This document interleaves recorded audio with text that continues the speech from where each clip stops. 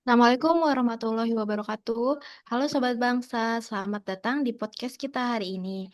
Nah, di podcast kali ini kita akan menceritakan nih apa aja yang udah kita pelajari selama 4 hari latsar pembelajaran Agenda 1.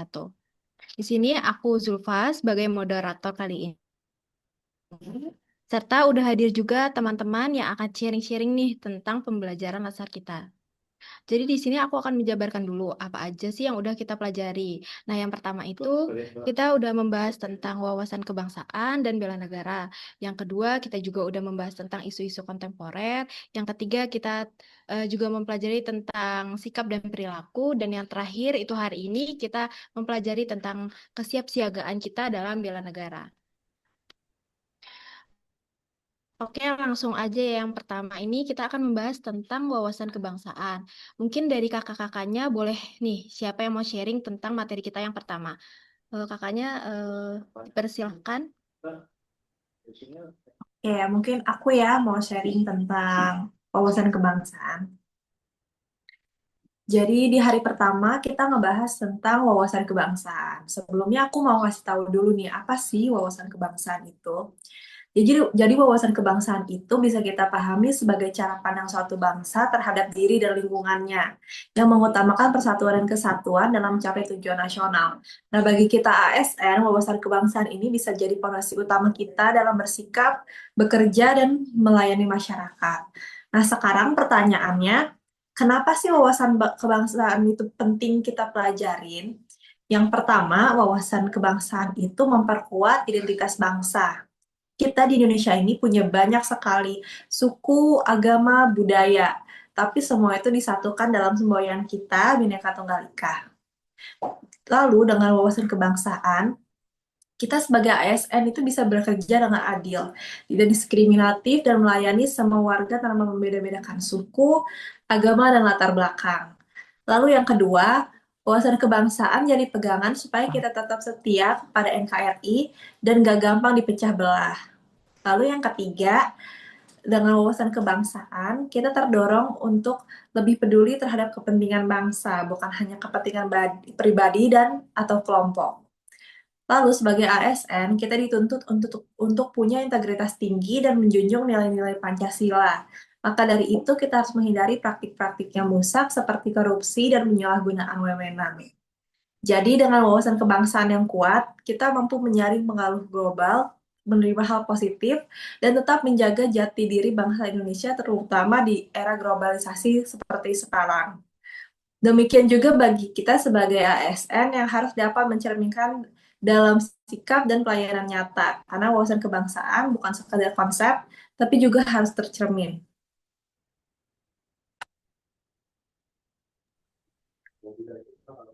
Oke, terima kasih Kak Ara. Apalagi di era globalisasi dan digital ini ya Kak.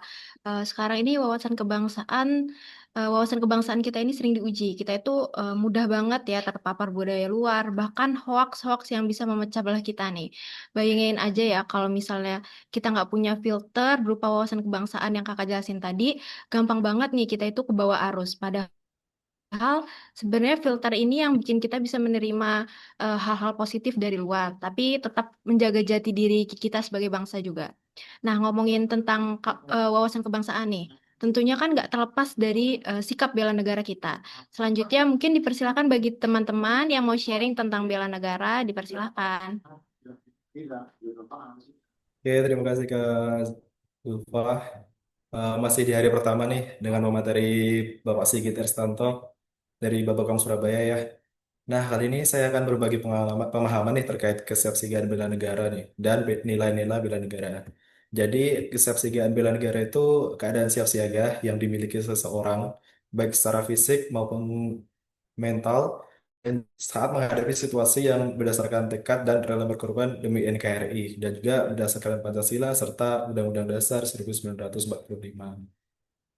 Kemudian dalam menjalankan sikap kesiapsiagaan bela negara itu ada 5 nilai dasar nih teman-teman. Yang pertama ada cinta tanah air, yang kedua sadar berbangsa dan bernegara, yang ketiga setia pada Pancasila sebagai ideologi negara, yang keempat itu rela berkorban untuk bangsa dan negara, dan yang terakhir kemampuan awal bela negara.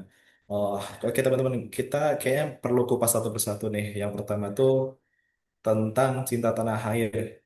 Nah, cinta tanah air ini bisa kita lakukan saat ini antara lain dengan menggunakan produk lokal, kemudian kontribusi terhadap bangsa dan bangga menjadi warga NKRI. Yang kedua, terkait dengan sadar berbangsa dan bernegara, dapat kita lakukan tuh dengan ikut pemilihan umum yang kemarin kita udah lakukan tuh tahun 2024.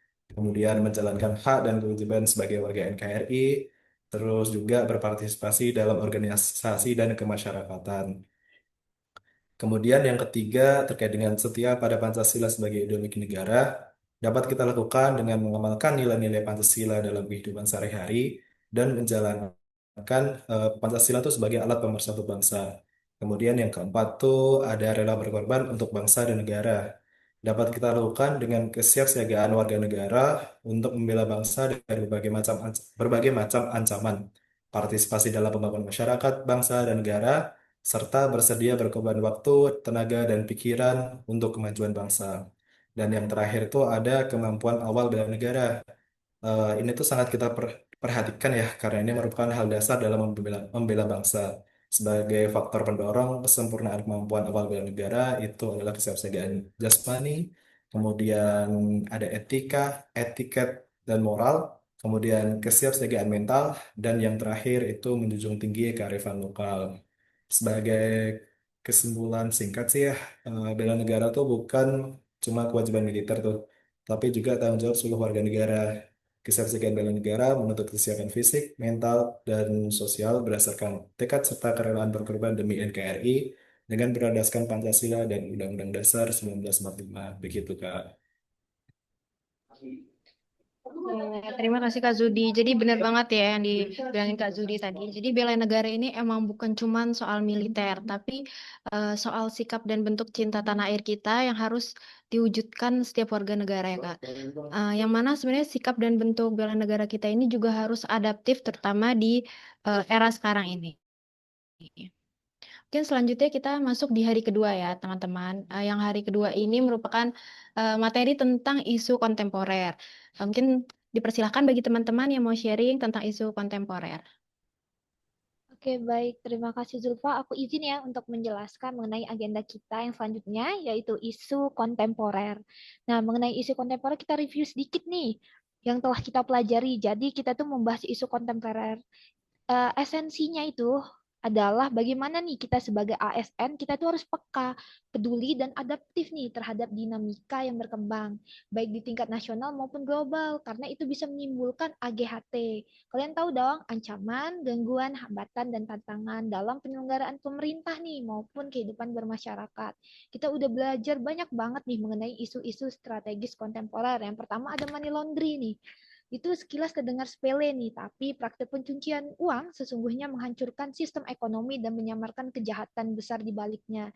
Jadi money laundering ini adalah prosesnya menyamarkan uang hasil tindak kejahatan agar tampak sah. Jadi uang kotor entah dari korupsi, narkoba, atau perdagangan ilegal itu diputar, biasanya dipindahkan ke banyak rekening.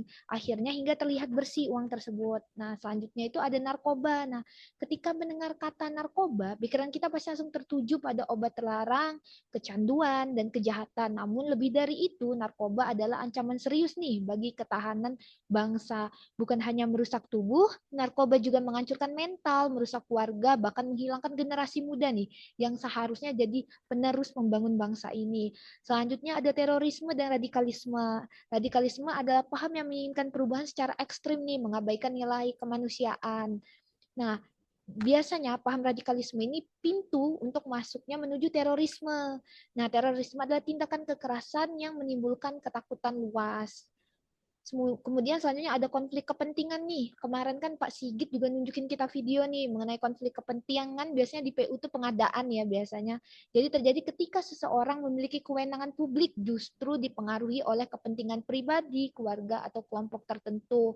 Akhirnya keputusan tersebut itu bersifat tidak lagi bersifat objektif. Kemudian selanjutnya ada proxy war atau perang perantara, adalah bentuk perang modern di mana dua kekuatan besar nih tidak berhadapan langsung tapi menggunakan pihak ketiga. Contohnya kalau di Indonesia itu ada separatisme di mana untuk memisahkan diri biasanya mereka tuh ada bantuan tuh dari negara-negara lain.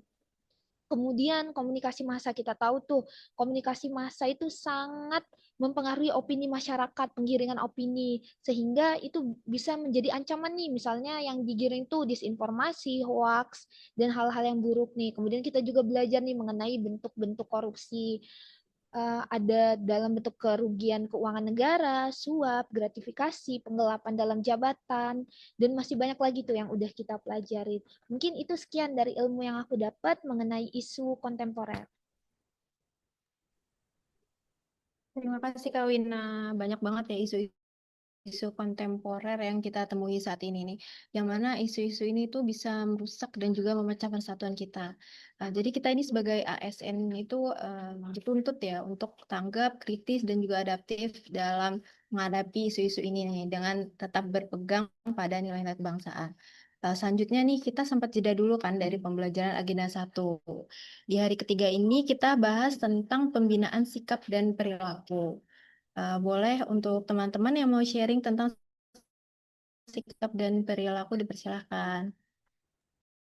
Oke, aku mau sharing tentang pembinaan sikap dan perilaku yang sudah kita pelajarin. Jadi yang aku dapat itu emang bagi seorang ASN, sikap dan perilaku itu beneran penting gitu. Karena di situ kualitas kita sebagai ASN itu dan sebagai pelayan publik itu dinilai oleh masyarakat. Karena kalau sikap dan perilaku kita nggak baik, aturan atau kebijakan apapun juga susah jalannya. Nah, akhirnya peran ASN sebagai pelayan masyarakat dan pemersatu bangsa itu nggak ada artinya. Dan dalam menghadapi seperti krisis identitas kebangsaan di era digital, terus juga tantangan multikulturalisme, terus globalisasi, dan dampak negatif dari AI, itu bisa kita hadapin dengan penguatan sikap dan perilaku ASN. Dan dalam memberikan pelayanan publik itu kita harus menerapkan sikap adil, di mana tuh nggak ada diskriminasi, terus juga perilaku gotong royong, itu juga hal yang harus kita terapkan, di mana kita bisa membangun kerjasama satu sama lain gitu. Kita juga harus menghargai keberagaman dan yang paling penting itu berintegritas untuk menjaga kepercayaan publik. Dan menghadapi era digital sekarang, mungkin kita bisa nyebarin konten positif untuk tentang Indonesia. Dan ini menunjukkan kalau kita adalah seorang ASN yang cerdas. Artinya ASN juga harus menjadi cerminan dan teladan bagi lingkungan sekitarnya. Dan kalau sikap dan perilaku ASN baik, masyarakat jadi percaya sama kita. Dan kepercayaan itu yang bikin kerja kita tuh jadi punya artinya. Gitu sih kalau dari pembelajaran yang aku dapat. Terima kasih Kak Yaumil. Emang sebagai ASN apalagi ya penting banget ya Kak tentang sikap dan perilaku kita. Yang mana perilaku kita ini kan akan mempengaruhi pelayanan dan juga kepercayaan publik terhadap pemerintah gitu ya. Terima kasih Kak Yaumil. Selanjutnya itu kita balik lagi nih ke pembelajaran agenda 1 kita yang terakhir, yaitu tentang kesiapsiagaan kita dalam bela negara. Persilakan untuk teman-teman yang mau sharing. Ya, mungkin di sini saya akan sharing sedikit ya tentang 4 konsensus dasar kehidupan berbangsa dan bernegara di Indonesia ini. Jadi kalau kita bicara tentang keberlangsungan sebuah negara, tentu tidak hanya ditentukan oleh batas geografis atau kekuatan militernya, tetapi juga oleh fondasi ideologis yang menyatukan seluruh rakyat Indonesia.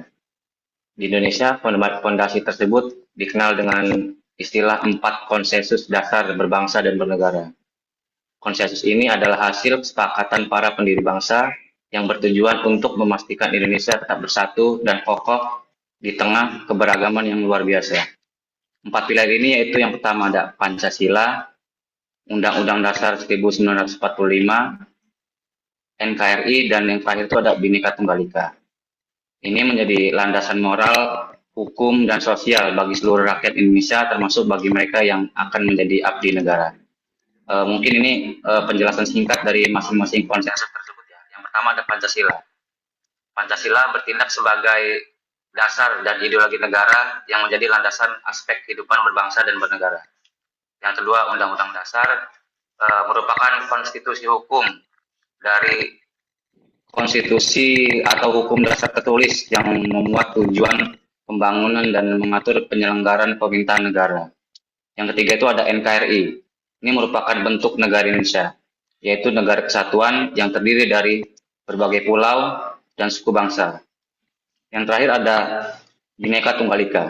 Ini merupakan semboyan negara yang menekankan persatuan dalam keberagaman, menyatukan berbagai suku bangsa, budaya, dan agama di Indonesia menjadi satu kesatuan. Empat konsensus dasar berbangsa dan bernegara ini adalah pilar yang menopang kehidupan kebangsaan Indonesia. Pancasila memberikan visi dan nilai, UUD 1945 menyediakan kerangka hukum, NKRI menegaskan bentuk negara, dan Bhinneka Tunggal Ika menjadi pedoman dalam merawat keberagaman. Bagi setiap individu, terutama bagi calon abdi negara, pemahaman dan pengalaman konsensus ini adalah keharusan. Dengan menjadikan empat pilar ini sebagai panduan, kita dapat memastikan bahwa Indonesia akan terus bergerak maju sebagai bangsa yang bersatu, adil, dan makmur. Mungkin itu dari saya. Oke, terima kasih Kak Yuda yang udah sharing tentang uh, mau nambah dan sharing ini tentang materi kesiapsiagaan bela negara. Eh, ini saya mau coba sharing tentang tokoh negara. Jadi kita kan sama-sama udah dengar bahwa kemerdekaan Indonesia merupakan hasil perjuangan panjang yang melibatkan banyak tokoh dengan latar belakang berbeda. Terus ada yang berjuang melalui jalur fisik, yaitu dengan turut andil dalam peperangan, dan ada pula yang melalui pemikiran, pendidikan, organisasi, dan diplomasi. Hal ini menunjukkan bahwa perjuangan bangsa Indonesia membutuhkan kerjasama lintas bidang agama, politik, pendidikan, maupun budaya yang semuanya saling melengkapi. Tadi dibahas pula tokoh-tokoh perjuangan kemerdekaan seperti Insinyur Soekarno, Muhammad Hatta, HOS Cokro Aminoto, Ki Bagus Hadikusumo, Kiai Haji Abdul Wahid Hasim, Kasman Singodibio Johan, dan Mr. Tengku Muhammad Hasan. Seperti kita ketahui, mereka merupakan pemuda pelopor pergerakan Indonesia. Dari kisah mereka kita belajar bahwa mereka masih muda tapi berani bermimpi besar, berjuang lewat pendidikan, politik, dan persatuan hingga Indonesia merdeka. Dengan semangat, keberanian, dan idealisme, mereka mampu menyatukan bangsa yang plural dan membawa Indonesia menuju kemerdekaan. Mereka juga menunjukkan bahwa peran pemuda sangat menentukan arah bangsa. Mereka juga mampu berjuang dalam usia muda dengan semangat, idealisme, dan keberanian untuk memperjuangkan cita-cita kemerdekaan Indonesia. Semangat itulah yang harus kita teruskan. Jika dulu para pemuda berjuang mengusir penjajah dengan darah dan pengorbanan, maka perjuangan pemuda hari ini adalah menjaga persatuan, menolak segala bentuk korupsi, memberikan pelayanan publik terbaik, serta menghadirkan inovasi untuk kemajuan bangsa. Dan kini, giliran kita sebagai pemuda Indonesia untuk meneruskan api perjuangan itu, yaitu dengan bekerja dengan tulus, berintegritas, dan berkarya demi kejayaan negeri kita. Seperti itulah Kak, tanggapan dari saya.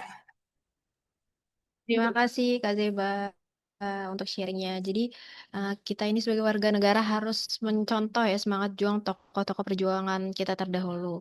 Dan kita ini juga harus memiliki kemampuan individu dalam merespon ancaman-ancaman itu secara cepat dan tepat dan sehingga kita bisa membangun ketahanan nasional baik secara fisik maupun mental. Nah, terima kasih untuk teman-teman semua yang udah sharing terkait pembelajaran Latsar agenda satu kita. Mungkin kalau aku bisa menyimpulkan sedikit bahwa wawasan kebangsaan dan bela negara ini bukan sekadar teori, tapi pondasi sikap dan tindakan yang harus hidup dalam setiap warga negara. Nah, di tengah isu kontemporer yang kompleks juga, kesiapsiagaan menjadi kunci kita ini agar tidak hanya bertahan tapi juga mampu menjaga martabat bangsa. Apalagi kita sebagai ASN yang harus tangguh dan memahami nilai-nilai kebangsaan ini tadi. Terus kita juga harus bisa beradaptasi dengan zaman dan kita harus siap berkontribusi nyata demi bangsa kita Indonesia. Terima kasih Sobat Bangsa udah dengerin sharing-sharing kita hari ini. Sampai jumpa di episode berikutnya. Bye-bye.